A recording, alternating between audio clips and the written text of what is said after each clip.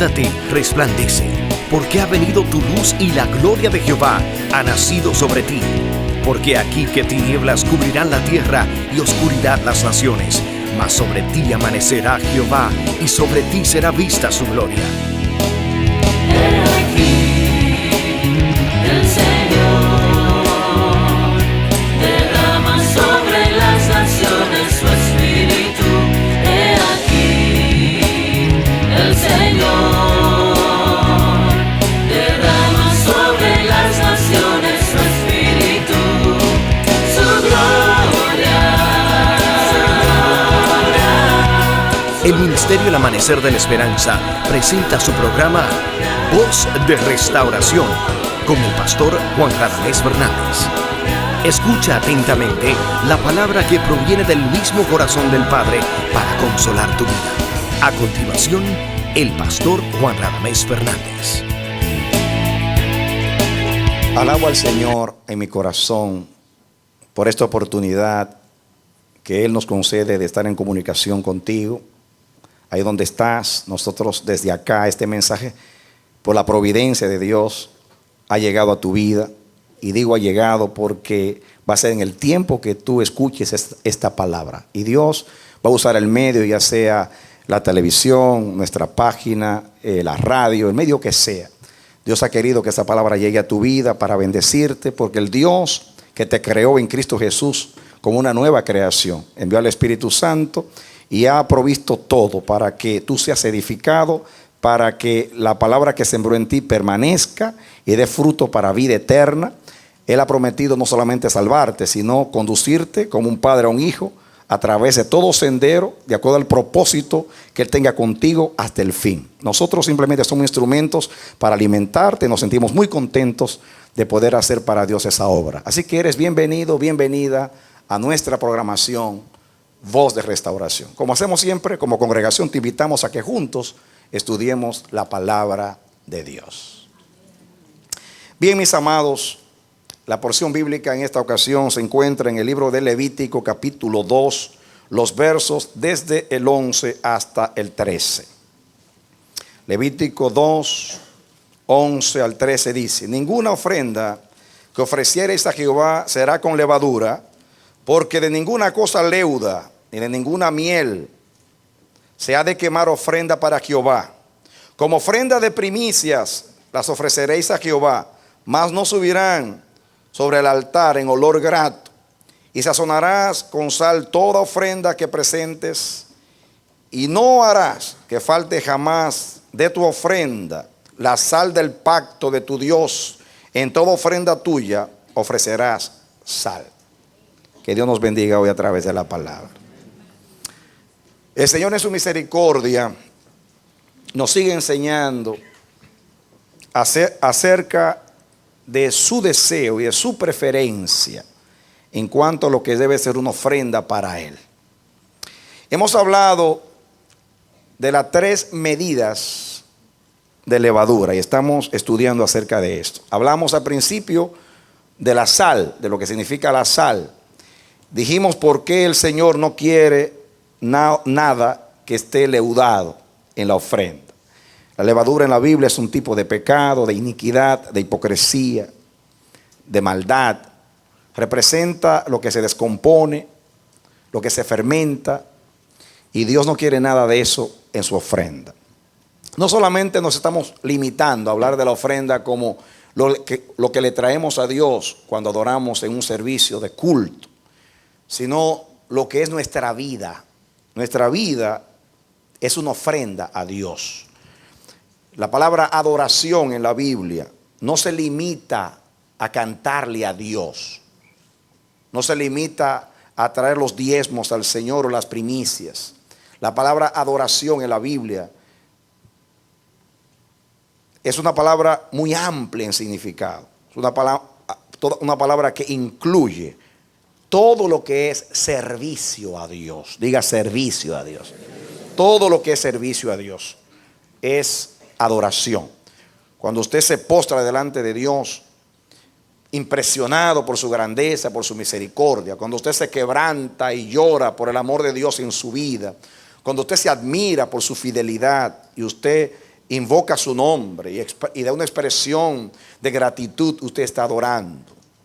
Pero todo lo que usted hace para servirle a Dios, por ejemplo, el apartarse del mal, esa es la mejor ofrenda que usted le puede dar a Dios. Cuando José rehusó convivir con la esposa de su jefe o Potifar, el dueño, aquel que le puso sobre sus bienes, para mí fue la mejor adoración que él le dio en Egipto al Señor. ¿Por qué? Porque representó a Dios con pureza. En medio de un pueblo, de una nación pagana, donde se servían muchos dioses, él representaba a un Dios de la minoría, un Dios de un pueblo muy pequeño, que apenas comenzaba a surgir. Y fue Dios el que lo prosperó. Así lo dice la Biblia, que Potifar lo puso sobre sus bienes, porque todo lo que hacía José, Jehová lo prosperaba. Era por causa del Señor. Y por eso él, entendiendo eso, quién era él para Dios y por qué estaba allí, comenzó a entender que tenía que representar a Dios. El apartarse del mal y no caer en la tentación del adulterio, fornicación. Esa fue la mejor ofrenda que él le dio a Dios en Egipto. Y la mejor ofrenda que tú le puedes dar a Dios es mantenerte puro en este mundo. Porque solo lo que es como Dios agrada a Dios. Yo te voy a decir eso hasta que tú lo puedas entender. Una ofrenda para agradar a Dios tiene que tener todo lo que es de Dios. Por ejemplo, Dios es justo, la ofrenda tiene que ser de justicia. Dios es santo, la ofrenda tiene que ser santa. Dios es íntegro, debe haber pureza en la ofrenda.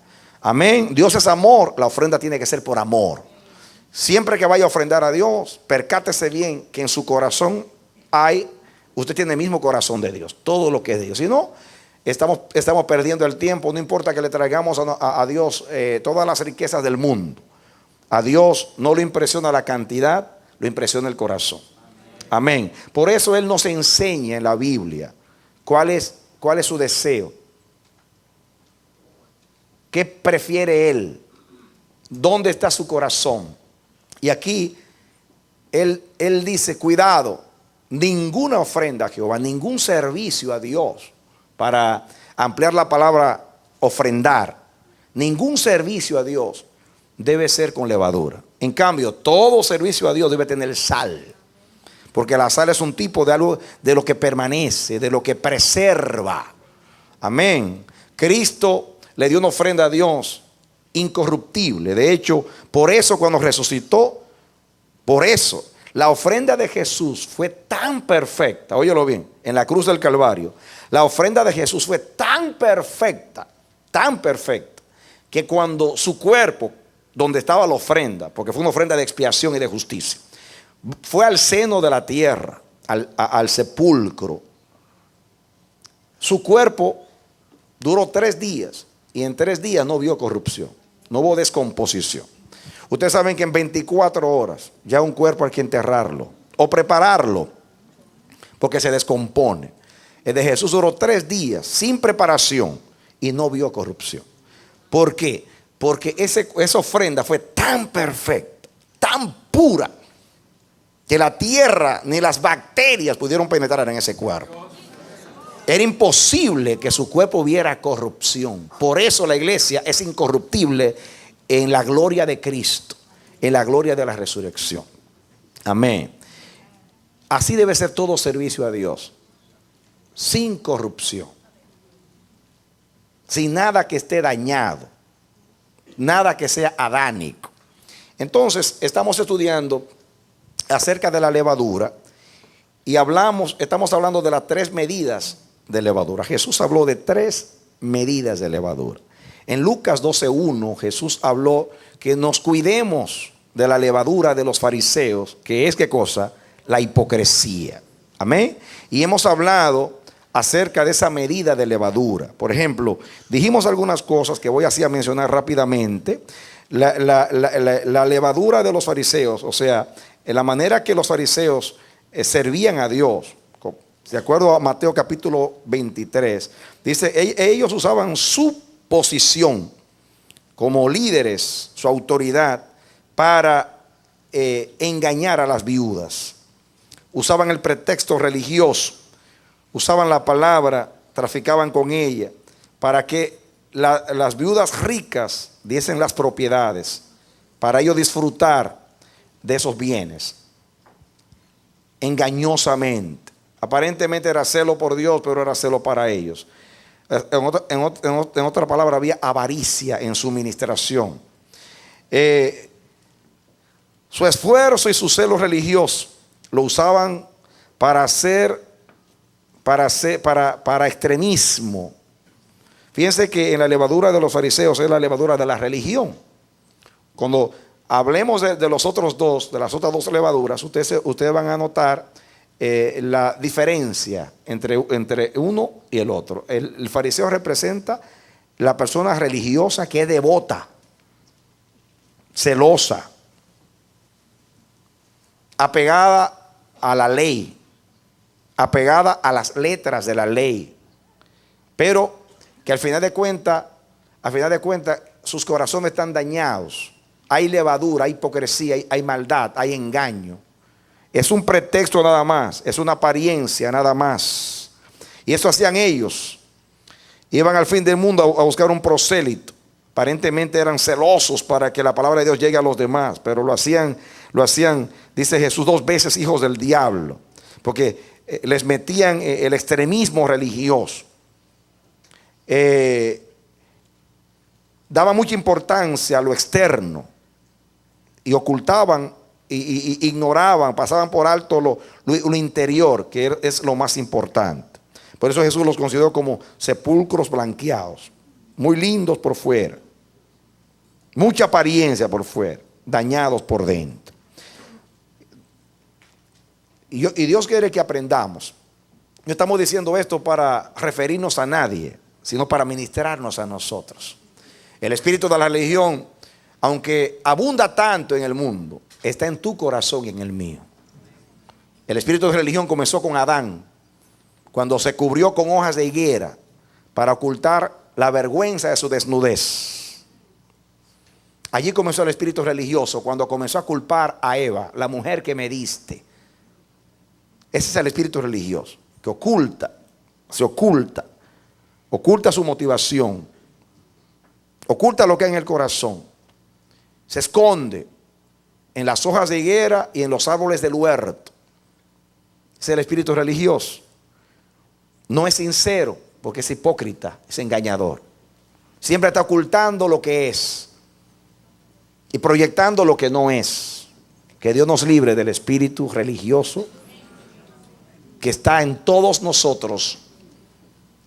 Cuando queremos librarnos del espíritu de los fariseos, de la levadura de los fariseos, le tenemos que orar a Dios: Señor, líbrame aún de mis buenas obras. Porque las buenas obras nuestras siempre están manchadas con egoísmo, egocentrismo, malas motivaciones. Y Dios nos está predicando eso porque Él quiere hacer de nosotros hijos de Él sin mancha en una generación mala y perversa. Dios nos está enseñando a andar en el Espíritu, a andar en el hombre nuevo que fue creado según Dios en justicia y santidad de la verdad. Nos quiere enseñar. Dios constantemente tiene que estar contrarrestando, porque nuestra naturaleza está podrida, está supurando siempre llagas podridas.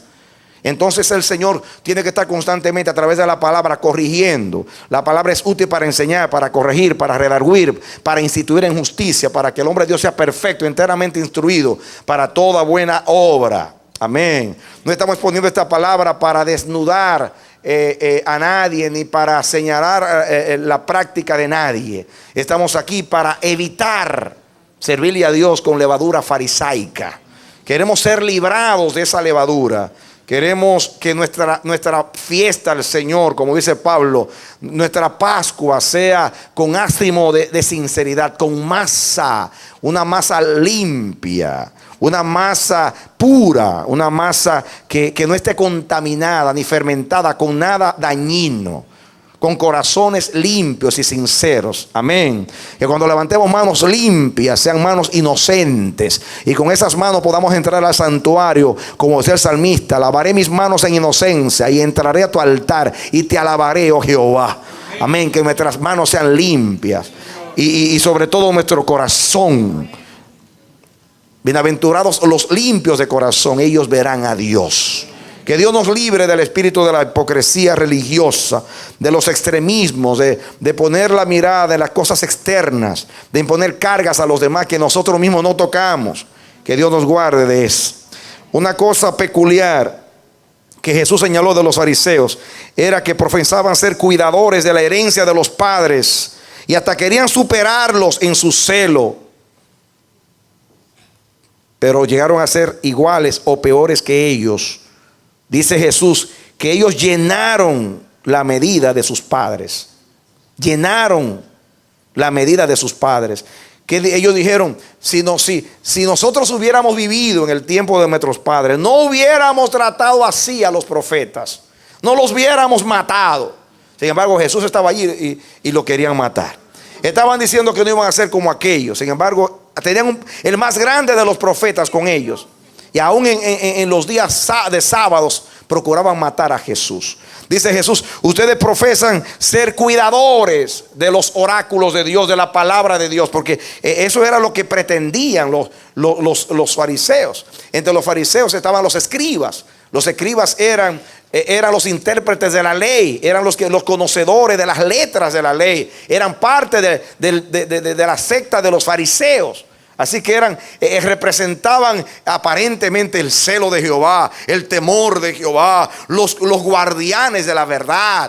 Sin embargo, eran los peores engañadores. En el nombre del Señor, en el nombre de la palabra, aceptaban toda la palabra de Dios, a diferencia de los saduceos, que más adelante vamos a ver, que los saduceos solamente aceptaban los 5 libros de Moisés como inspirados. Todos los demás de los profetas no eran inspirados. Estos dicen desde el Génesis hasta Malaquías, poniendo el orden de ahora. Antes estaban los libros en otro orden, pero para que ustedes entiendan, en el lenguaje nuestro sería desde el Génesis hasta Malaquías. Cada verbo, cada sustantivo, cada adjetivo, cada preposición, cada conjunción de la letra de la ley es inspirada por Dios. Y celaban todo eso. Pero eran palabras. Palabras. Había engaño, había mentira, había iniquidad. Que el Señor nos guarde. Si hay algo que Dios ama es la pureza. Los puros verán a Dios, dice la Biblia. Los puros verán a Dios. Los limpios de corazón verán a Dios. Y antes de pasar a la otra medida de levadura, yo te ruego que tú le pidas a Dios, y yo se lo pido para mí también, que Dios nos libre de esa medida de levadura farisaica que siempre ha abundado en el servicio a Dios, y más en este tiempo. Amén. Cada vez que usted vaya a adorar a Dios, vea su corazón, mire por qué usted lo está haciendo. Y si usted ve que lo está haciendo con un mal motivo, apártese inmediatamente. Jesús dice, si usted ayuna, no haga como los fariseos. Usted ayuna, lávese la cara. No muestre, que no hable que está ayunando, que nadie lo sepa. Nadie lo tiene que saber, es su padre que lo tiene que saber, porque usted lo está haciendo para él. No proclame, no toque trompeta diciendo estoy ayunando, yo oro 3 veces al día, yo ayuno, yo hago esto. No diga nada de lo que usted hace. Hay personas que hasta interrumpen el servicio, les encanta hablar de lo que ellos hacen. Eso es fariseísmo. Cállese la boca. Su padre que lo ve en secreto lo va a recompensar en público. Dios habla por los que callan. Calle y deje que Dios hable por usted, que Dios dé testimonio acerca de usted. Amén. Cuando Dios quiere honrar a alguien, le pone en el corazón a alguien, y Dios muestra su agrado contigo, puede ser a través de cualquier persona, por la boca de un profeta, por como quiera Dios. Cuando quiere honrarte, te honra. Deja que Dios te honre. Es bueno que nadie sepa lo que nosotros hacemos. Si tú ayudas a los pobres, tranquilo, nadie lo tiene que saber. No sepa tu izquierda lo que hace tu derecha. Eso es una palabra para enseñar que no seamos como los fariseos. Entonces a Dios no se le sirve haciendo proclamación de lo que hacemos. Amén. Cuando usted ve que siempre están hablando de lo que hacemos. Yo he predicado acá, he predicado allá, yo he levantado 50 iglesias, yo he cantado delante del presidente, yo he ido acá, y siempre hablando de nosotros, de nuestros títulos, y soy apóstol, y soy esto, y soy aquello. Mis hermanos, que Dios nos libre, porque ahí se esconde el espíritu de los fariseos. Aparentemente celo, aparentemente cuidan lo de Dios, pero es con una apariencia falsa, es con una motivación falsa. Que Dios nos libre de esa levadura. Esa levadura pudre, daña, descompone, trae mal olor en la ofrenda de Jehová, trae repugnancia. Amén. ¿Cómo usted ve una carne con la vaina llena de gusanos? No solamente va a hacer daño a que la come, sino que aún la vista, provoca la vista, produce las náuseas. Es lo que Dios le dijo a la iglesia de la Odisea. Tú dices que tú eres bueno, que tú eres limpio, que estás emblanquecido, que no tienes necesidad de nada, y no te das cuenta que eres cuitado, pobre, ciego, desnudo. La iglesia de la Odisea estaba cayendo en un espíritu religioso. Todo aquel que se cree bueno es malo delante de Dios, y todo aquel que se cree malo es pobre de espíritu, y de ellos es el reino de Dios. ¿Entendió eso? En el cielo es todo lo contrario. El que se cree bueno, el que se cree que está realizando, el que se cree que es digno, ese es el peor delante de Dios. Y el que se cree pobre de espíritu. Miren qué extraño. En el cielo, el pobre en espíritu es rico en espíritu. ¿Y qué es un pobre en espíritu? Un pobre en espíritu es aquel que reconoce que es pobre. Amén. No puede ser que Dios le ha dado mucho. Y delante de la vida de usted dice: wow, este hombre está lleno de gracia. Qué don, qué ministerio, qué madurez tiene, cuánta excelencia en su ministerio. Usted lo ve, pero ellos no se sienten así. Ellos se sienten pobres. Y no porque tienen problemas de complejo. No porque tienen una baja estima, porque eso ya es emocional, sino porque entre más usted se acerca a Dios, más usted ve la grandeza de Dios y la pequeñez suya. Y entre más usted contempla la gloria de Dios, usted dice como Isaías: ay de mí que soy muerto, porque siendo un hombre inmundo de labios y habitando en un pueblo también inmundo de labios, mis ojos han visto al Rey Jehová de los ejércitos. Muéstrame un hombre que ha visto la gloria de Dios, y te mostraré un hombre que se siente pequeño. El que se cree grande nunca ha visto a Dios, y si lo ha visto no le ha afectado ver a Dios. Pues el que ve a Dios se siente bien chiquito, bien pequeño. Amén. Y usted siempre vive humillado delante del Señor. Esta semana Dios me ministró mucho en España, nos ministró mucho, no en sermones, sino mientras caminábamos y meditábamos en el Señor, en lo que viví bajo la poderosa mano de Dios. Y Dios me dio una imagen que muchas veces aquí los ancianos estamos orando por alguien y lo ponemos en el medio, y todas las manos van sobre la cabeza de esa persona. Yo muchas veces, como tengo espíritu de pastor, siempre estoy pensando en el que está abajo. Entonces yo a veces meto mi mano para que la primera, y hago fuerza hacia arriba, porque hay 12 o 16 manos, y le están metiendo el cuello al pobre hermano para abajo ahí, porque son 16 manos en la mano ahí. Y a veces uno orando, aleluya, en el nombre de Jesús, y le rompe el cuello. Y muchas veces yo meto la mano y le levanto la mano a todos los ancianos así hacia arriba, porque yo entiendo, porque yo he estado abajo a veces.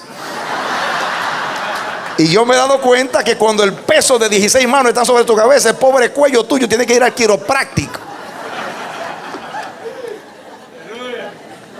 Entonces, Dios me ha dicho: si las manos de 16 hombres por poco te rompen el cuello, ¿qué será la poderosa mano de Dios sobre tu cabeza?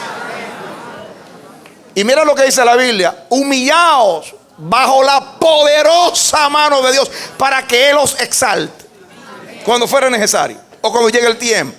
Entonces Dios me mostró la imagen de lo que es tener la mano de Dios constantemente sobre ti. Ahí. Y esa mano yo no la quiero quitar. Señor, pónmela más peso, más bajito. Más peso, más bajito. Más peso, más bajito. Más peso, más bajito. Más peso, más bajito. Hasta que me llega al piso y me acuesta. Y cuando vivo humillado es porque la mano ya me tiene en el suelo. Entonces Él es el alto y sublime, el que habita en la eternidad, cuyo nombre es el Santo. Entonces Él desciende de la parte más alta del cielo, el Altísimo, y baja a la parte más baja, donde están los humillados, para levantar el espíritu de los quebrantados y vivificarlo. Eso es lo que enseña mi Biblia. Nadie que se crea bueno, justo, o que ha logrado mucho, tiene gracia delante de Dios. Dios da gracia a los humildes. Es interesante que nadie se merece la gracia, pero Dios se la da al humilde. ¿Por qué al humilde? Porque el humilde de espíritu reconoce su pobreza y se aferra a la provisión de Dios.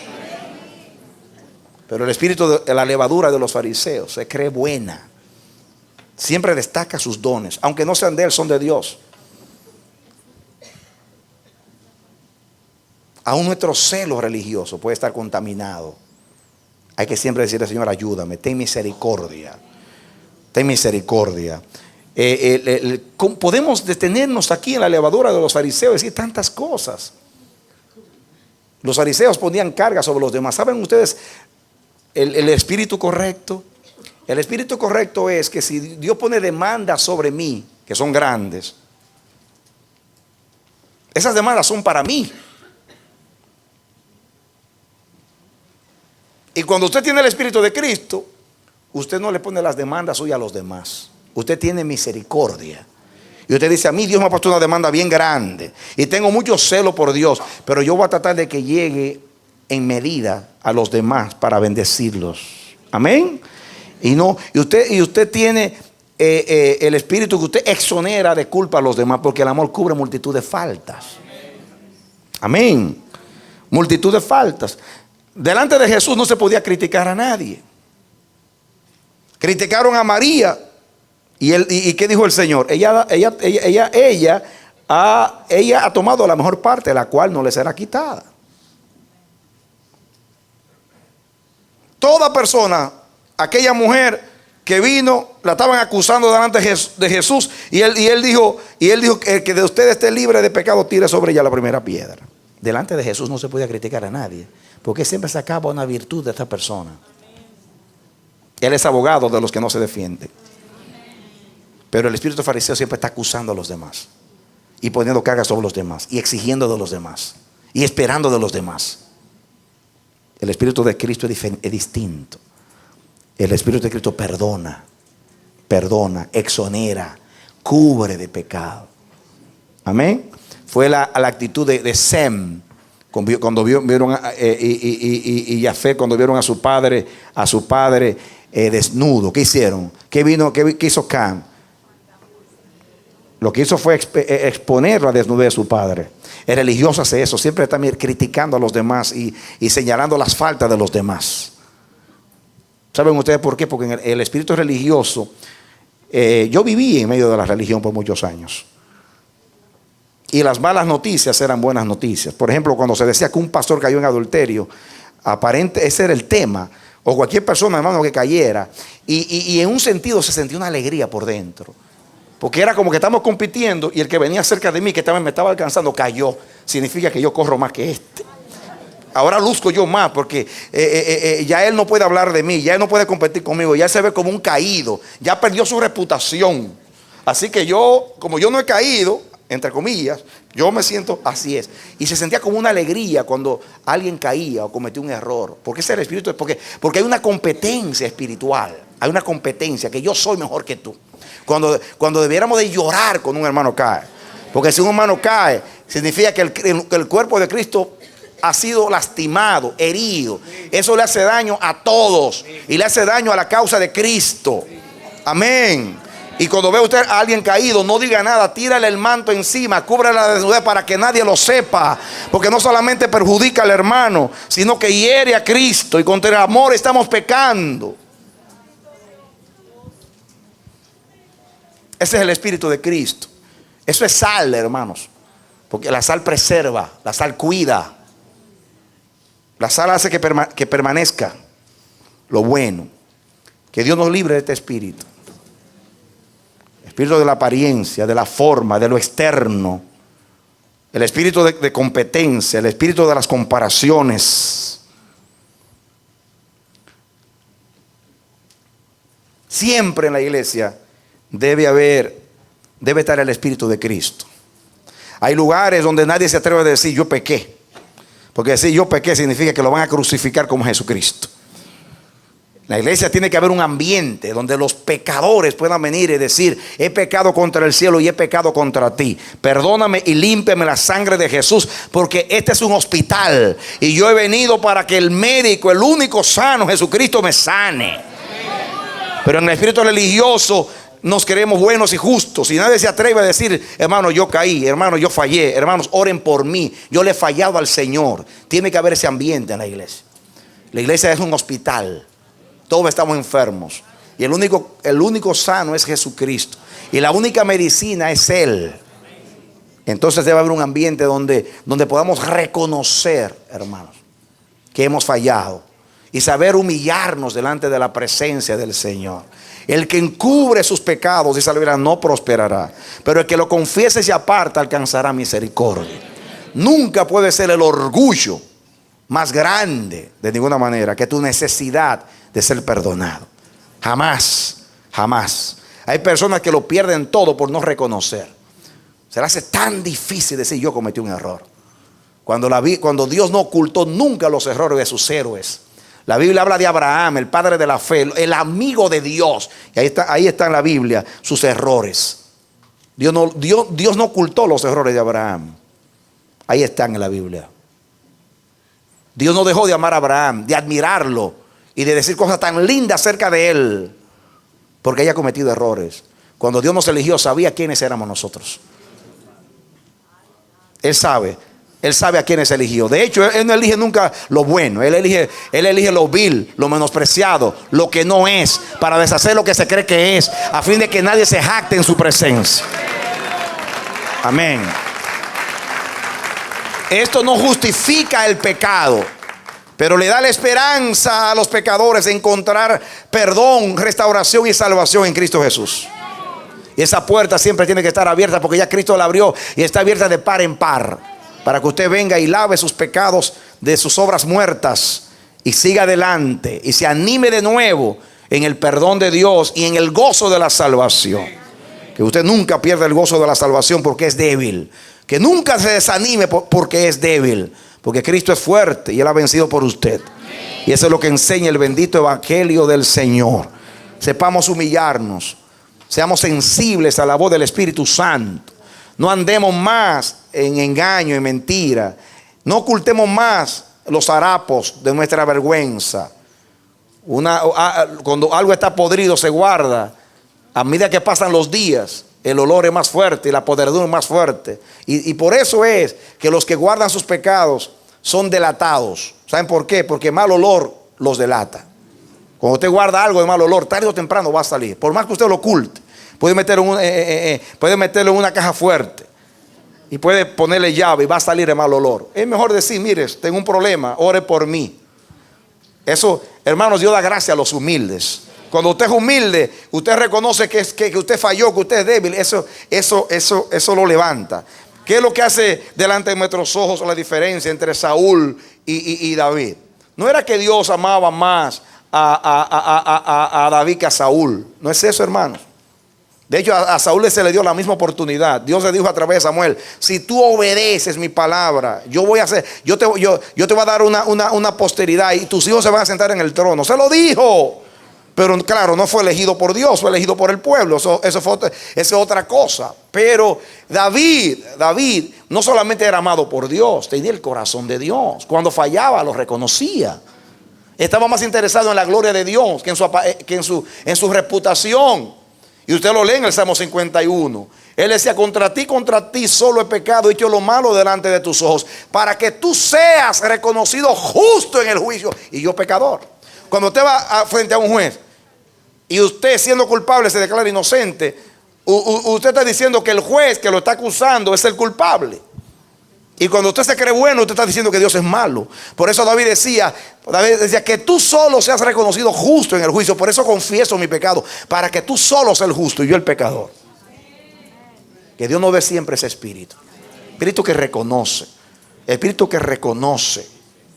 Hay tantos daños que nos hacemos en nuestra vida espiritual y se perpetúa el mal por años y años y años y años. Por no decir: yo pequé, hay engaño en mi vida, tengo un problema con esta situación, soy murmurador, soy criticón, soy dado al vino, soy dado a esto.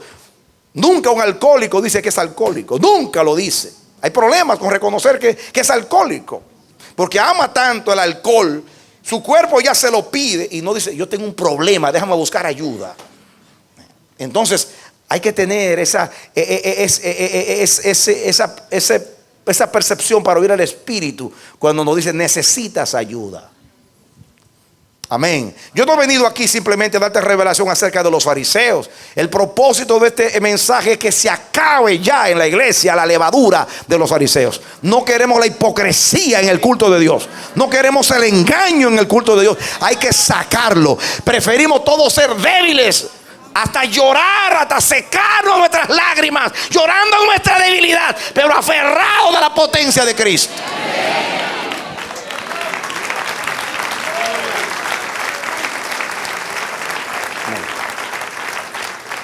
Y si en tu corazón hay eso, mi hermano, ahora mismo arrepiéntete y corre hacia la cruz, corre hacia Jesús para que Él te cure, porque Él puede hacerlo. Basta ya, basta ya.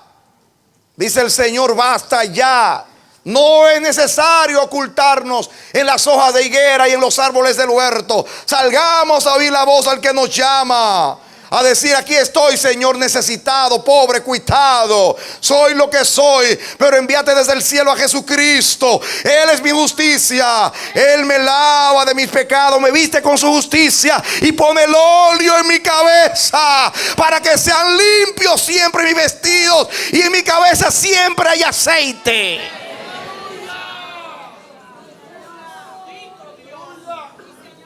Es tiempo ya. La voz de Dios, la voz profética grita a ustedes y a los que están en las naciones. Es tiempo ya. Es tiempo ya. Es tiempo ya de que la gente conozca el verdadero evangelio a través de los que creen a ese bendito evangelio. Es tiempo de que la sal deje ya de perder su sabor. Es tiempo ya de que la sal sea hollada por los hombres. Es tiempo ya de que haga su trabajo de preservar un mundo malo y perverso. Es tiempo ya. No hay nada que apele más a los hombres perdidos que el amor de Cristo. No hay nada más. No hay nada más.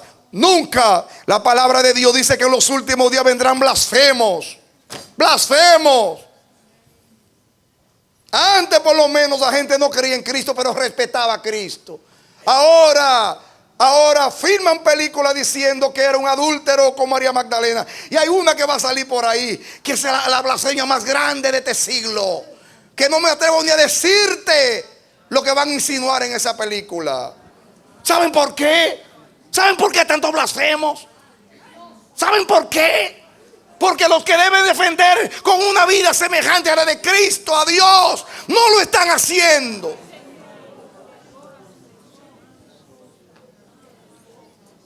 Cuando los de Hollywood ven tantos escándalos de los obispos y tantas barbaridades en la iglesia, y la iglesia ordenando homosexuales, y no porque esté en contra de los homosexuales, sino de la conducta que está en contra de la voluntad de Dios, la gente deja de respetar.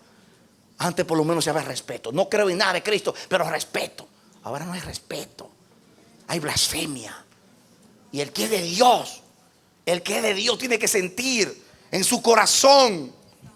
En su corazón. Yo quiero decirte, mi hermano, que tu profesión es ser cristiano. Esa es tu profesión, ser cristiano. Y tú tienes que defender tu profesión como Jesús la defendió delante de Pilato. Así lo dice Pablo. Defendamos nuestra profesión como Jesús defendió su profesión delante de Pilato. ¿Qué hizo delante de Pilato? Guardó silencio mientras lo acusaban. Con dignidad.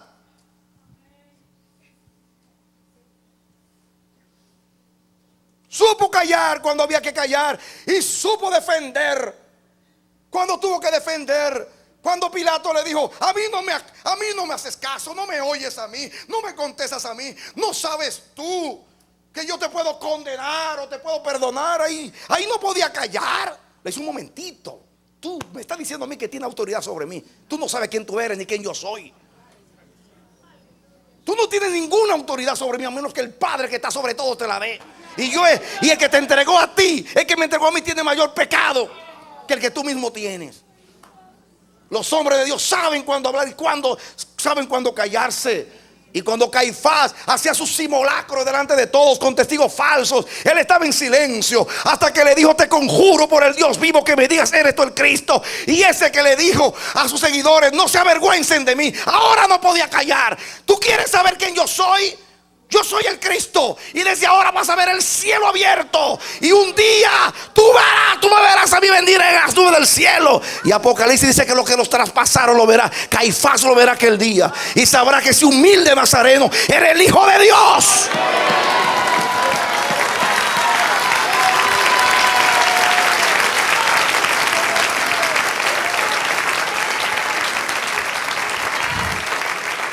Yo quiero decirte cuál era la opinión que se tenía de Jesús. La opinión del Padre fue: este es mi Hijo amado, en quien tengo contentamiento.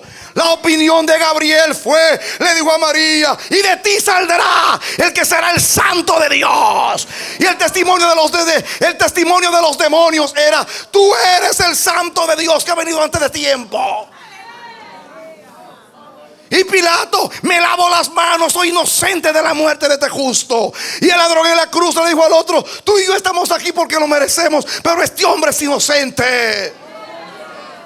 Hasta el diablo daba testimonio de él, porque nadie vivió como él, porque representó a Dios. Por eso tal pontífice nos convenía, santo, inocente, apartado del pecado y hecho más sublime que los cielos. Yo quiero seguir al Nazareno. Que me rechacen por ser cristiano, que me calumnien por ser cristiano, que provoque el odio del infierno por ser cristiano, pero que nunca me digan que yo no soy cristiano.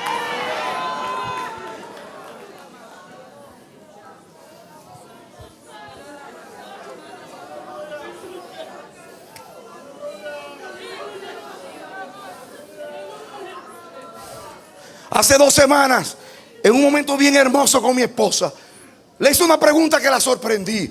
Le dije: amor, ¿tú crees que yo soy cristiano? Y se dijo: ¿qué me pregunta eso? Porque no había contexto para esa pregunta. Estábamos en una conversación muy bonita. Y me mira: ¿por qué me dice eso? No, contéstame nada más: soy cristiano. ¿Cómo tú me ves? ¿Soy cristiano o no soy cristiano? Me mira: Dios, sí, tú eres un hombre de Dios, eres cristiano. Entonces le dije: mi amor, si tú me hubieras dicho que no solamente me hubiera deprimido, me hubiera ofendido, porque tengo 37 años de profesión por ser cristiano. Y si la que vive más cerca de mí no se ha dado cuenta, yo soy un fracasado y debo buscar ayuda de Dios. Cuando mi hijo mayor se extravió, yo salí detrás de él, lo llevé a un restaurante, y yo no le huí, no le corrí a mi responsabilidad. Lo confronté y toda mi confrontación era: dime, te fuiste del Señor porque tú viste en mí algo que te hizo daño, te lastimé, no te fui testimonio, dímelo. Pero no se lo dije así, lo dije con amor, para darle la oportunidad. Hijo, dímelo, sé sincero conmigo. Ya yo no puedo resolver el problema porque está en el pasado, pero sí puedo ayudar a muchos si he cometido un error. Gloria a Dios que me contestó de otra manera, porque si no me muero allí mismo. Y llorando me dijo: no hay un hombre sobre la tierra que yo respete más que a ti. Nunca Dios pudo darme un padre como tú. Mi problema no tiene que ver nada contigo ni con lo que tú me enseñaste. Tú me enseñaste una fe, ahora Dios me tiene que dar fe a mí para querer lo que tú me enseñaste. Y le dijo: gracias, hijo, yo siempre te dije que Dios no tiene nietos. Se te va a aparecer a ti un día. Pero yo no tuve miedo a confrontarme con él, a decirle: tu papá fue un cristiano. Yo no le tengo miedo. Yo quiero que me lo digan para mejorar, porque tengo 37 años por serlo y que no lo he logrado, he fracasado. Y yo quiero correr bien para alcanzarlo. Mi profesión y la tuya es ser cristiano. Se tiene que dar cuenta que trabaja contigo. Sobre todo tu mujer. Tu mujer se tiene que dar cuenta que eres un cristiano. Posiblemente no tenga disgusto contigo. Quizá proteste porque no le da tiempo, porque no le pone atención, porque prefiere el fútbol que a ella. Todo eso puede ser verdad. Eso le pasa a cualquiera. Pero que nunca vea que tú eres un hipócrita engañador. Miserable engañador. Que eres una cosa aquí y otra allá. Jamás. Que vea que si tú pecas es porque eres débil, pero no porque eres engañador. Por eso la Biblia dice que el que quiere ser ministro, que gobierne bien su casa. Porque la casa es lo primero. Ahí está la primera gente a quienes tú le eres espectáculo al mundo.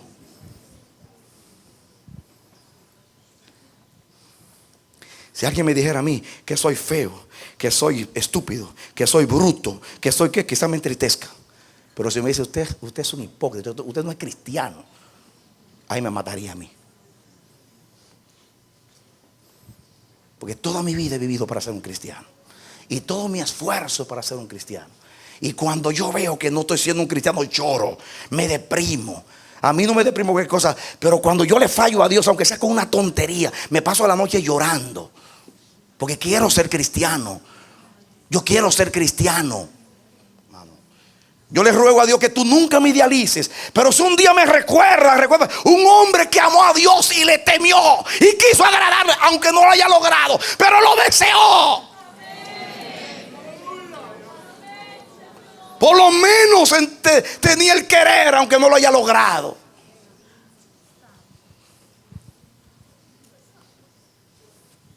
Y te estoy diciendo esto para esto.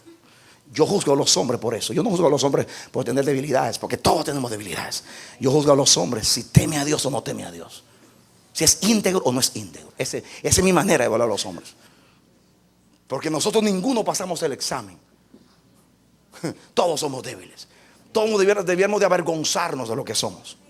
Pero miramos por lo menos respetar a Dios. Por lo menos representarlo en sinceridad de la verdad. Por lo menos. Porque eso lo ama Dios. Dios ama la verdad hasta lo íntimo. De los íntegros es hermosa la alabanza. Integridad para con Dios. Sinceridad para con Dios. Es mejor pasar por un mal rato y decirle a la gente: si yo hablé de ti, yo te critiqué, hermano, perdóname. ¿Te disgustaste? Perdóname. Pero no decirle: no, fue sin querer, yo no quise hacer eso, es que fue una mala interpretación. No, tras que fallaste, ahora otra mentira al engaño. Por favor, ya di que fallaste, pídele perdón. Ya lo entristeciste con la murmuración. Es peor engañarlo. Dile la verdad.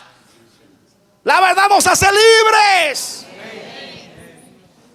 Nada podemos contra la verdad, sino con la verdad.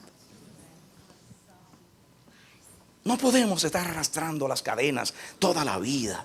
Ya somos libres en Cristo Jesús. Quitémonos las cadenas. Lo contrario al espíritu del fariseísmo es la integridad de corazón, la verdad, ese espíritu de amor, sinceridad, es la sal.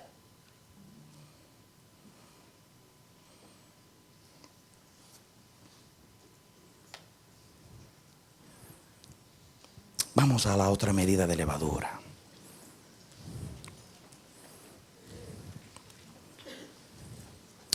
Ustedes saben,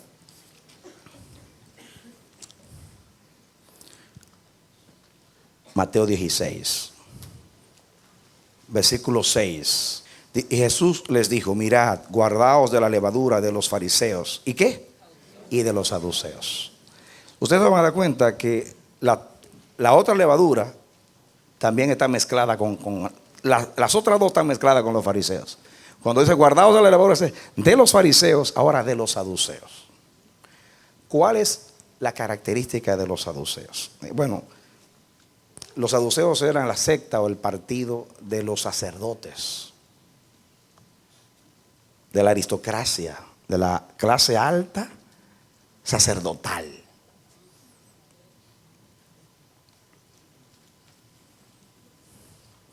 ¿Y en cuál era su característica? Creo que todos lo sabemos, pero vamos a leerlo. Vamos allá. Porque Dios me ha revelado que estas tres cosas, estas tres levaduras, constituyen todo el mal que pueda haber en nosotros, en la iglesia. Lo incluye esas tres medidas de levadura que existieron en aquellos días y también en estos días. Marcos capítulo 12.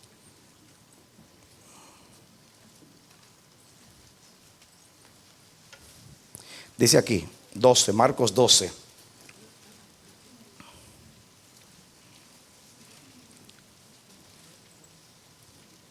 Dice el 18, 12, 18. Entonces vinieron a él los saduceos, que dicen que no hay resurrección, y le preguntaron diciendo: Maestro, Moisés nos escribió, versículo 19 de Marcos 12, 12, antes del 13, después del 11, versículo 19.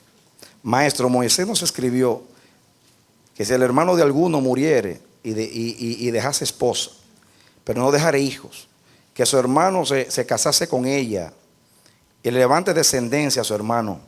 Hubo 7 hermanos. El primero tomó esposa y murió sin dejar descendencia, y el segundo se casó con ella y murió y tampoco dejó descendencia, y el tercero de la misma manera. Así los 7, y no dejaron descendencia, y después de todos murió también la mujer.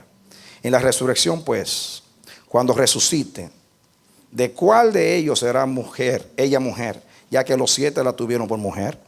Entonces, respondiendo Jesús les dijo: no erráis por esto, porque ignoráis las escrituras y el poder de Dios. Porque cuando resuciten de los muertos, ni se casarán, ni se darán a casamiento, sino que serán como los ángeles que están en los cielos. Pero respecto a que los muertos resucitan, ¿no habéis leído en el libro de Moisés cómo le habló Dios en la zarza diciendo: yo soy el Dios de Abraham, el Dios de Isaac y el Dios de Jacob? Dios no es Dios de muertos, sino Dios de vivos. Así que vosotros mucho erráis. Vosotros mucho erráis. Muy bien. Muy bien. Póngale usted algo a la Biblia ahí en Marcos. Y venga conmigo rapidito a Hechos. Libro de los Hechos.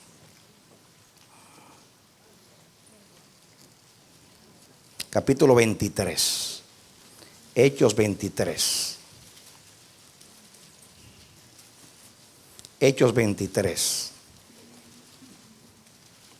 versículo 8. Hechos 23, 8.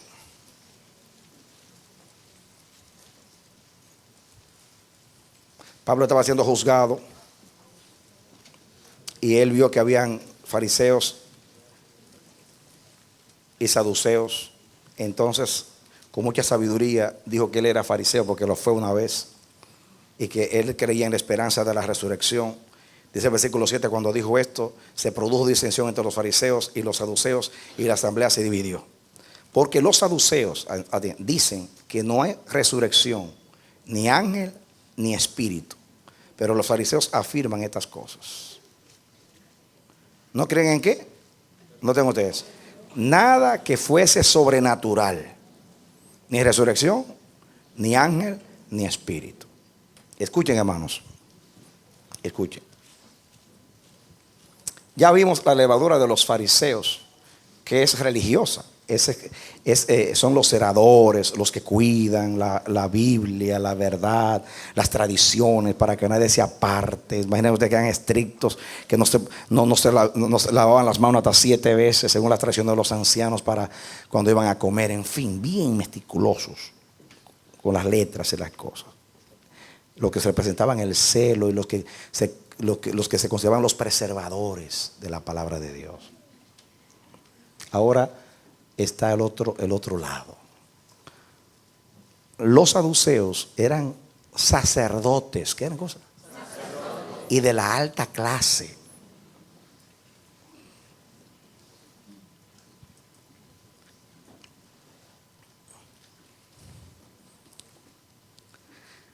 Este espíritu ha estado en todos los tiempos. Pero en este tiempo, porque el mal se ha multiplicado más, en la iglesia está el espíritu de los saduceos.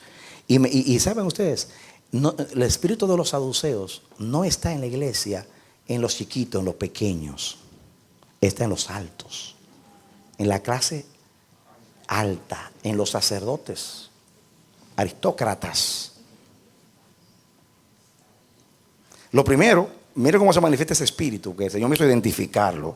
Ese espíritu o esa levadura es la que se cree tan sabia que puede decir, estos libros de la Biblia son inspirados y estos no son inspirados. Ustedes, la mayoría, no saben lo que es eso. Pero nosotros, los que hemos pasado por un cementerio, digo, por un seminario, sí sabemos lo que estoy diciendo. Si ustedes supieran, si una cosa que a mí me indigna, porque a mí el celo, ahí se me enloquece a mí. Ellos ver estos charlatanes, porque no se puede decir de otra manera, llamados teólogos. Se sobreentiende que teología significa estudiar a Dios, pero son ateos. Imagínate, estudian a Dios y no creen en Dios. Es la cosa más absurda. Se llaman teólogos cristianos, pero no creen en la Biblia. Y yo, pero Dios mío, ¿qué hacen allí? Ganándose la vida y envenenando a la gente.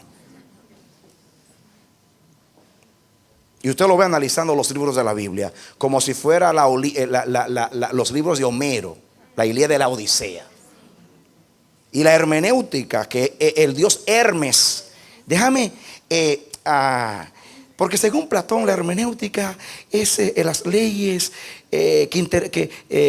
los principios que rigen la interpretación de los libros antiguos. Y déjame estudiar el libro antiguo a ver qué es lo que significa. Y toma la Biblia como si fuera la Ilíada de la Odisea. Y hablan de la Biblia, hermanos, como si estuvieran hablando de cualquier libro. O sea, cuando la Biblia dice, quita tus zapatos, que el lugar que tú estás, tierra santa es. Le llaman la alta crítica, la baja crítica. Yo llamo la crítica del infierno. Porque tomar la Biblia y analizarla con esa frialdad, como si fuera cualquier cosa, solamente el espíritu con el cual entran a la palabra de Dios es suficiente para ser dignos de condenación. Porque no hay temor de Dios. Perdónenme que hable así. ¿Qué ser humano mortal debe atreverse a venir al libro santo de Dios, a estudiarlo como si fuera un libro de matemáticas? Por eso que yo no estoy de acuerdo con la manera que se enseña a los ministros para enseñarles información bíblica. No me ministra a mí. No estoy de acuerdo con toda la Biblia y dar exámenes. Yo no estoy de acuerdo. Porque usted lo que está tratando de que la gente sepa si estudió o no estudió, o si sabe o no sabe, o si no. Y este libro es muy santo, hermanos. No porque sea malo tener un examen, sino porque esa es la manera que usan allá para analizar las cosas humanas. Y esto es santo. Hay que entrar con espíritu de santidad. Si ustedes ven cómo leen, este libro no es canónico. Ese libro, pues su origen es dudoso. Porque, hermanos, porque en su estilo, pues, si usted lee de Isaías hasta el capítulo 40, ahí usted ve que hay un escritor. Del 40 al 66, otro escritor. Porque el estilo es diferente, hermanos. Si usted analiza aquí las palabras, el estilo, y digo yo, ay, me da náuseas decir eso. Náuseas. Le digo por qué me da náuseas. Porque Jesucristo y los apóstoles, cuando citaron a Isaías, no dijeron Isaías primero, ni Isaías segundo, ni el otro Isaías. Citaron a Isaías. No quieras tú ser más sabio que el santo de Dios que vino a la tierra. No es que no hay respuesta para ellos. Está comprobado que un escritor cambia de estilo a medida que pasan los años. Se le puede decir muchas cosas para contrarrestarlos, pero a mí no me importa contrarrestarlos. Me duele que entren a la palabra de Dios y la estudien tan fríamente como si fuera un libro cualquiera. Esto es santo. Este libro, esto es un yunque en el cual se han gastado todos los martillos de la incredulidad y del ateísmo. Este libro, por la manera que ha sido preservado y guardado, aquí hay que guardarle respeto. Cada día demuestra lo que es el hombre y quién es Dios.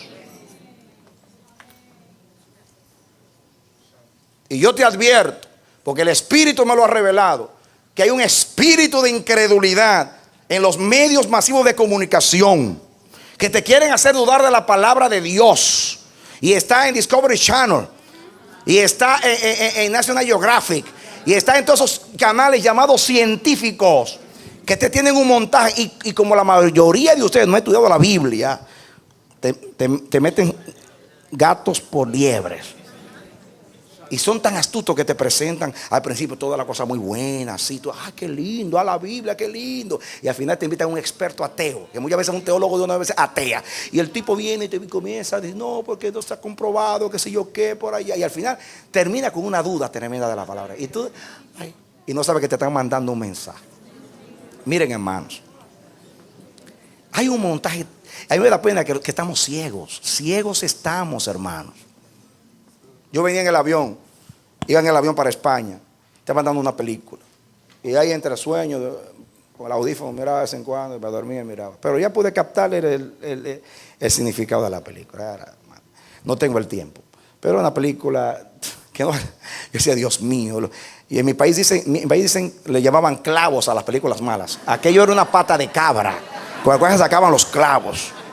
Pero tenía un mensaje. El mensaje es: en la casa, un homosexual que se quiere suicidar, un viejo malcriado que dice malas palabras y quiere aconsejar a su nieto a ser un sinvergüenza como él, un padre de la casa que es un positivista, que estudia un libro acerca de positivismo, que acondiciona para la verdad, que nunca, o sea, para la prosperidad, no acondiciona la mente al fracaso. Y bueno, hablando de los fracasados, así en la casa todo el mundo le hablaba de los 9 principios de tener éxito en la vida. Ahí está toda la cosa. Y un adolescente en la casa que hace un voto de guardar silencio y lleva 1 año y medio que no habla. Y tú hablas con notas. Y rebelde que se acabó. Y salen para un viaje para California porque la niña chiquita de la casa tiene un concurso de belleza. Y cómo termina la película es algo que da tristeza. Pero le estoy contando la historia para que vean eso. Ese muchacho adolescente en toda la película no se quitó la camiseta. Parece que el día que firmó no tenía otra.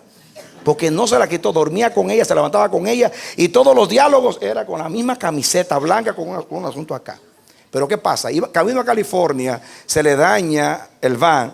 Y van a un mecánico, etcétera, y salen después. Y llegan a un hotel para hacer ver la historia. Y en el hotel, como eran muchos, cada uno tomó una habitación. Entonces se ve a cada uno en su habitación lo que hacía, ¿no? Entonces el joven está en su cama, tirado hacia arriba, pensando. Pero ahí se cambió la camiseta. No una pijama. Se cambió la camiseta. Y en la camiseta aquí decía así, la única vez que se la cambió: Jesus was wrong.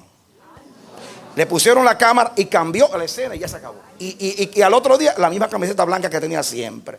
Digo yo, 1.000.000 de cristianos ve eso y ni cuenta se da. Pero el que tiene ojos puede mirar. Y usted va al cine, le paga a estos sinvergüenzas para que sigan blasfemando. Me gustó lo que hizo una señora aquí cuando estos sinvergüenzas locutores comenzaron a decirle a la gente que delaten a los inmigrantes. Una señora dijo: yo no compro los productos a las compañías que respaldan con comerciales a este sinvergüenza. Lo supo un senador y llamó a AT&T y a las demás y dijo: nosotros, si siguen con eso, no vamos a apoyar. Inmediatamente le quitaron el respaldo. Los cristianos no hacen eso. Los cristianos se van al cine a ver la película que dice que Cristo vivió con María Magdalena. Es que quiero saber lo que pasa. No le vaya al cine, no lo vea en nada. Hágale huelga. Es la manera de no prestar oído al diablo. Si usted lo ve, está pagando para que sigan haciendo lo mismo. Es tiempo de despertar.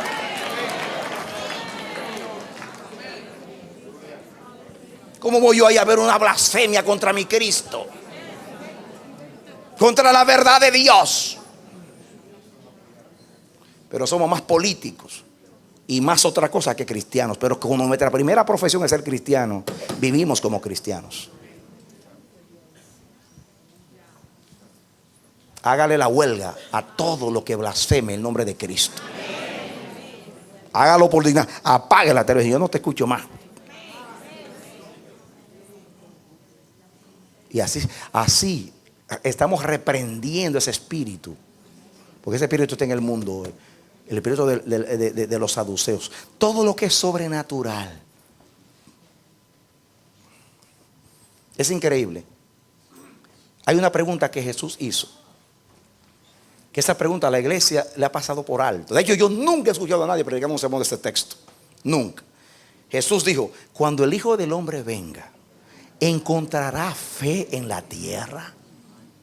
¿Ustedes creen que esta pregunta es tonta? ¿Ustedes creen que esta pregunta no está meditada? Mire que dice que el amor se va a enfriar por haberse multiplicado la maldad. Pero dice: cuando venga el Hijo del Hombre, ¿encontrará fe en la tierra? Usted se puede cansar de orar por los muchachos, de ponerle la mano y llenarle la cabeza de aceite. Pero esos muchachos están el día entero en el internet, mirando todo tipo de barbaridades. Y esos son dardos, hermanos. Mire, yo me pongo a pasar canales ahí. A veces hay dramas o películas de familia muy bonitas. Y se le muere, por ejemplo, yo pasando canales, vi dos niños hablando. Una película inocente, bien bonita. Nada, y yo no vi porque estaba pasando canales. Parece que había un accidente y se le mataron los padres a uno de los niños. Y el otro le está diciendo: óyeme, y están hablando ahí los dos. Y de momento uno le dice al otro: oye, ¿tú crees en Dios? Y él lo mira: ¿Dios? Bueno, si existe, por mí no ha hecho nada. Y cambia la escena. Digo yo: ay, otro dardo. Niños hablando. Y la pregunta, que no tiene nada que ver con el diálogo, es para dar una respuesta y mandarte un dardo. Ese muñeco está tranquilo allá: una Coca-Cola, mami, dame un sándwich. Pero esa palabra entró. Son dardos, hermanos. Es el espíritu de los saduceos.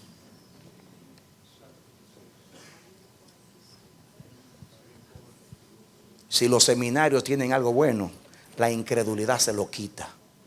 Yo, como pastor, no enviaría mis ovejas a donde, en vez de darle pastos que las hacen crecer, lo que le dan es incredulidad, para que en vez de crecer pierdan su fe en la bendita palabra de Dios.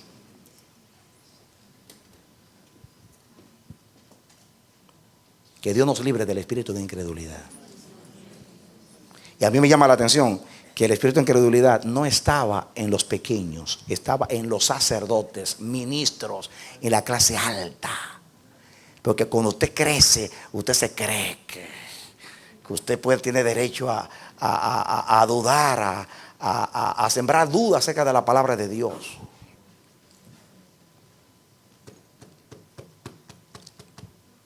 ¿Saben ustedes qué fue la respuesta de Jesús? Me gusta la respuesta de Jesús a los fariseos, a los saduceos. Miren cómo Jesús contestó a ellos. Jesús les dijo: me gusta la versión de las Américas. La versión de las Américas, yo la apunté aquí. Dice, es una pregunta que Jesús le hace a ellos. Le dice Jesús, miren lo que dice la versión de las Américas: ¿no es esta la razón por la cual ustedes están equivocados? Que no entendéis las Escrituras ni el poder de Dios. Allí dice: ¿no erráis ustedes? ¿No erráis vosotros? En otras palabras, ¿saben ustedes cuál es el error de ustedes? Que ustedes, no me gusta que no entienden, porque no entender suena muy bonito. Dice: ¿no ese es el error de ustedes, que ignoran las Escrituras y el poder de Dios? ¿Y saben por qué me gusta a mí? ¿Saben por qué me gusta? Porque Cristo le está diciendo a los teólogos que están en el clímax, en la cúspide allá arriba de la aristocracia intelectual, religiosa. El pastor que tiene el doctorado, y perdóneme, yo no estoy en contra del conocimiento, ese no es mi tema, porque hay gente como Pablo que eran intelectuales, pero y aunque no se gloriaron de lo intelectuales, lo pusieron a un lado por el conocimiento de Cristo, nunca se van a gloriar en eso. Pero estos se creen sabios y son ignorantes. Sabios y son ignorantes.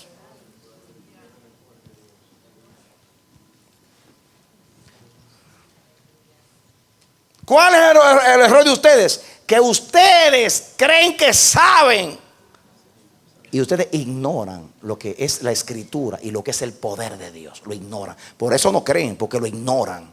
Ustedes no lo conocen. Miren, yo me asombro a veces.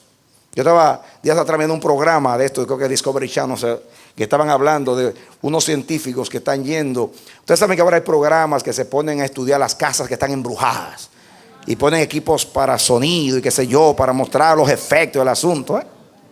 Muy bien, y se ven tantas cosas raras. Ahora los científicos están yendo a esos lugares con otros equipos para mostrar que esos son vibraciones que el sonido no puede captar. Y yo le leo la terminología, pero que la verdad, que tan tontos son ellos como que lo creen. Usted sabe lo que usted tomaron un equipo humano para medir algo espiritual. Esa es la tontería más grande, cabrón. Más grande. Hermano, coger una grabadora para grabar las voces de los demonios. Ay, Señor. Ay. Por eso que dice que Dios se va a reír. Ustedes son tan ignorantes son. Son tan ignorantes que están rodeados de otra dimensión y no lo saben. Rodeados de una dimensión y no la conocen porque son tan duros de corazón. Dice la Biblia, dice el necio en su corazón no hay Dios, porque la necedad cierra el oído, cierra el entendimiento. Porque en última instancia no hay ateos, sino rebeldes contra Dios. ¿Saben ustedes por qué niegan a Dios? ¿Saben por qué niegan a Dios? Porque si creyeran en un Dios, tuvieran que reconocer que es más sabio que ellos. Tuvieran que reconocer que son ignorantes y tuvieran una responsabilidad moral con Él y no quieren tenerla con ninguna. Porque siendo hombres se creen Dios y creyéndose sabios son ignorantes. Y yo no lo estoy combatiendo con la autoridad intelectual. Lo estoy combatiendo con la autoridad que ellos no tienen y que yo tengo, con la que Dios me da, en la dimensión de Dios que es el Espíritu. Y usted abra los ojos, no sea tonto. Nunca crea una cosa porque se le diga un médico. Nunca crea una cosa porque se le diga el científico más grande. Use su cabeza que Dios le dio. Úsela la cabeza. Y con eso no le estoy diciendo a usted que sea un ignorante, que rechace el intelectualismo por el gusto. Usted es intelectual y Dios hizo al hombre intelectual. Y la mente no la hizo el diablo, la hizo Dios. Y el intelecto es de Dios, no es del diablo. El asunto es usarlo mal y creer que solamente existe eso. Ahí está el problema. Ahí está el error grande. El dicho que no hay más ciego que el que no quiere ver se nota en ellos.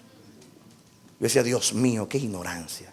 De que ponerse a analizar cosas que no se analizan con grabadoras y cuantas tonterías. Y a usted le dan una explicación y usted cree todas las tonterías que le dicen. Ay. Por eso que el diablo los engaña. Son presas del enemigo. El diablo los engaña fácil a ellos. El diablo juega con ellos. ¿Sabe lo que al diablo le gusta más de los científicos?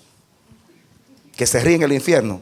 Le dice a los demonios, lo que más me gusta de ellos es que no creen en nosotros.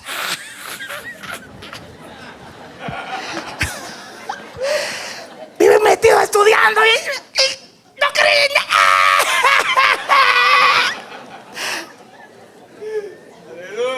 Créanme, hermano, que es así. El diablo se ríe de ellos. Dice, los engañamos con el telescopio en la mano. Y con el micrófono, hermano, sí. Hermanos, cuando uno entra en algo desconocido, debe ser suficientemente humilde para decir, mira, yo esto no lo entiendo. Yo la verdad que soy un científico y yo estudio lo que puedo ver. Yo estudio la fuerza físico-química de la materia. Yo, pues, lo único que tengo es este método científico y compruebo así, eso lo único. Yo de en adelante, mira, yo no sé nada. A ti reconoce que no sabes nada de eso, hermanito. Cállate la boca.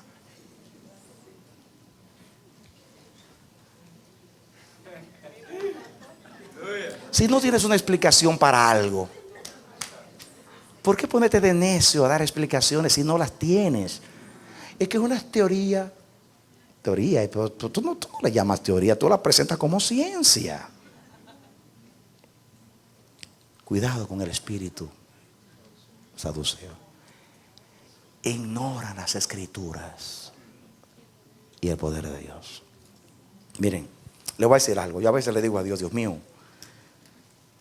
hay ciertas cosas en la Biblia que Dios las ha permitido.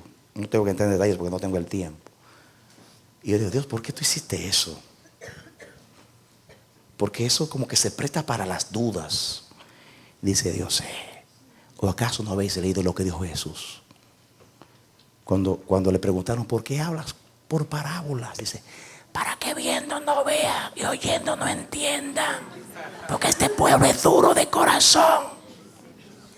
Al que cree, Dios le abre la puerta de los milagros. Y al que no cree se la cierra para que dude más. Porque a Dios lo que le molesta es la actitud del corazón, que son duros.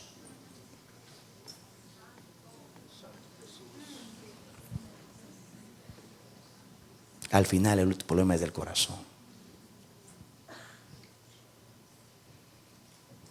Y entonces están los últimos y terminamos. A ver cuál es la última levadura. No le dedicaremos mucho tiempo a esta porque no es difícil de comprenderla. En Mateo 12. Digo, Lucas, ahí mismo en Marcos, donde estábamos, para no ir muy lejos. Miren, primeramente, yo quiero que ustedes lean en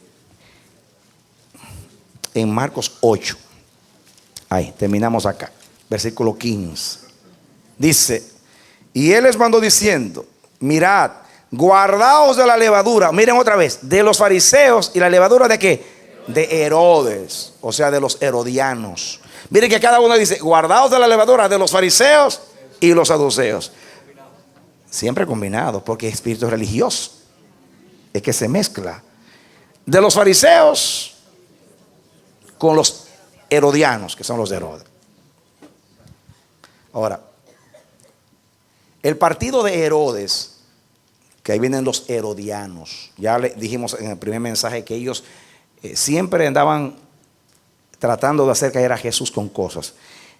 Los herodianos, se cree, no eran tanto una secta religiosa, era un partido político combinado con religión, naturalmente. Yo lo que entiendo que Herodes era idumeo, pero era de la fe judía. Él construyó el templo, reconstruyó el templo. Era un aliado incondicional de los romanos.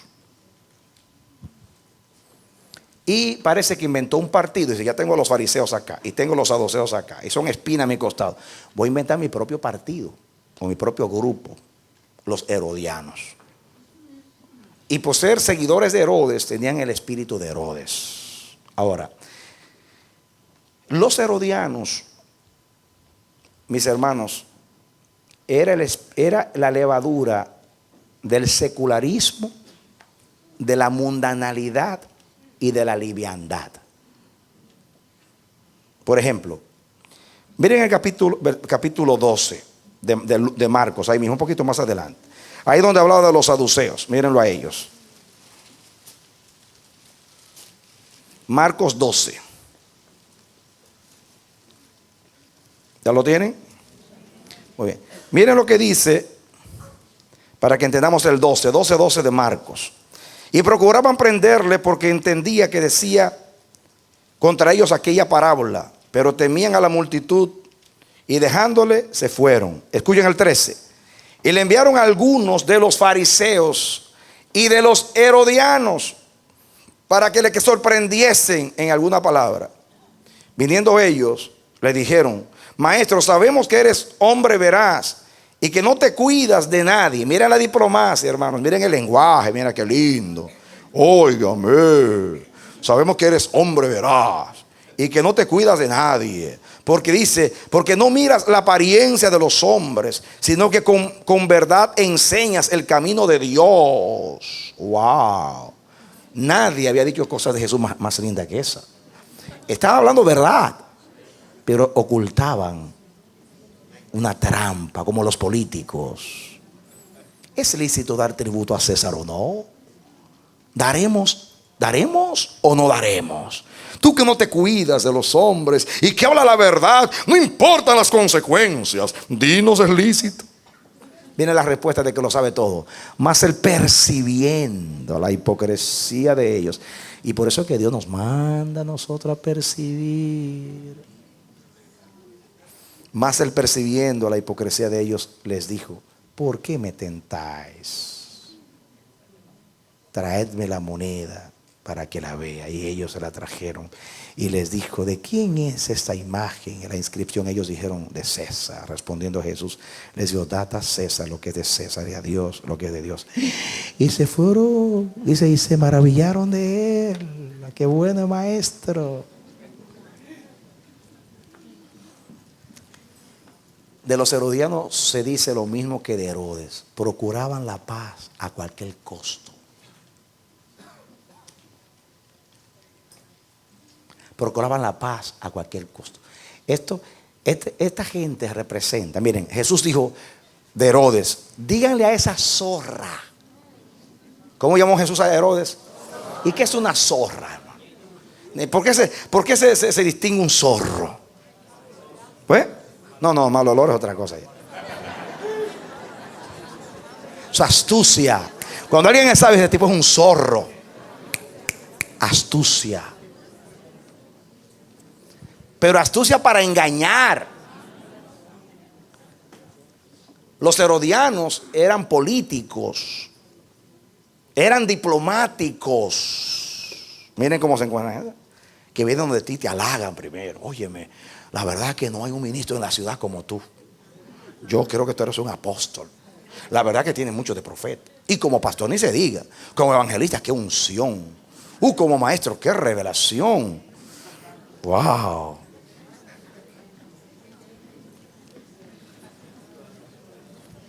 Miren, ahí están las tres levaduras que, miren bien, la religión con mucho celo, pero con mucho engaño, hipocresía. La incredulidad que ignora las escrituras, el poder de Dios, pero creen que son los que pueden interpretar la escritura y los que tienen autoridad para decir que es inspirado y que no es inspirado. Toman una parte de la escritura y otra la niegan.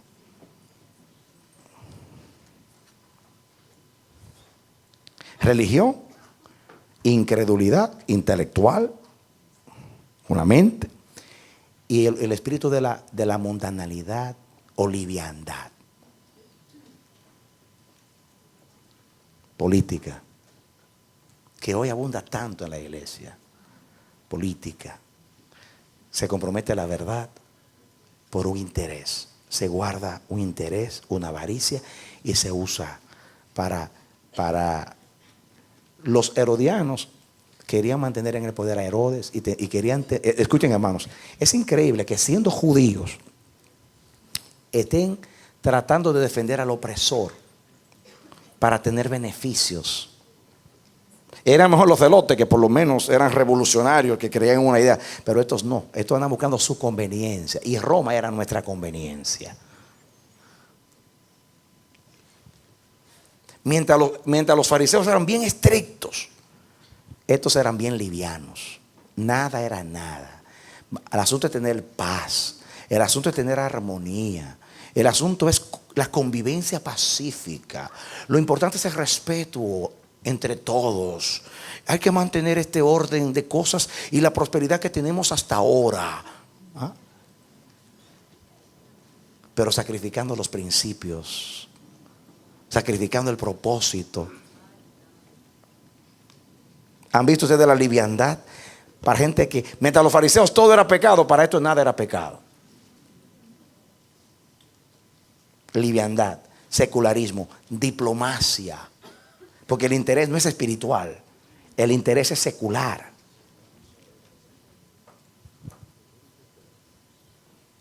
Y Dios nos manda, mis hermanos, a cuidarnos de esas 3 medidas. Dios nos manda a guardarnos de las 3 medidas. Y si usted analiza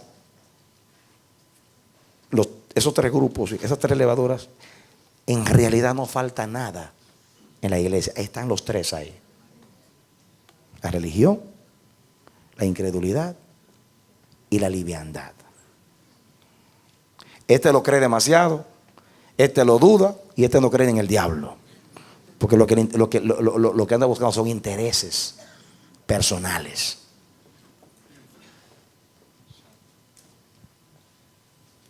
Que Dios nos libre de las 3 medidas. Vamos a orarle a Dios ahora. Yo ruego por ti, mi hermano y mi hermana. El Espíritu que dio esta palabra, que la da como advertencia, venga a ti, te bendiga y te ayude y te libre de esas 3 medidas. De esas 3 medidas, para que tu servicio a Dios sea sincero, sea íntegro, sea con el Espíritu de Cristo. Tenga los ingredientes de la mente de Cristo: lo que es noble, lo que es justo, lo que es verdadero, lo que es digno de alabanza. Que tu Pascua sea con sinceridad. Que Dios te libre, como dice el apóstol Pablo. Pablo decía que la serpiente engañó a Eva con su astucia. Yo temo que vuestros sentidos sean engañados y ustedes caigan de la simpleza de Cristo. Que Dios nos guarde de caer de la simpleza de Cristo. Quisiéramos adorar a Dios en espíritu, con mansedumbre, con fruto del Espíritu, de acuerdo al hombre nuevo que está en nosotros. Nos despojamos de todo lo que es carnal. Eso es lo que oramos para ti, mi hermano. Que Dios te bendiga, que la palabra penetre, que tú no ignores a la palabra, que tú no la escondas, que tú no la tengas como nada, sino que tú digas: esto es remedio de Dios para mi vida, para perfeccionarme en la santidad y en el temor de Dios. Que Dios te bendiga y te dé la victoria en Cristo Jesús. Esperamos que este mensaje haya sido de edificación para tu vida. Si deseas recibirlo en su forma original, puedes solicitarlo a El Amanecer de la Esperanza, P.O. Box 70, Bronx, Nueva York 10473. O visítanos a nuestra página web www.elamanecer.org. Dios te bendiga.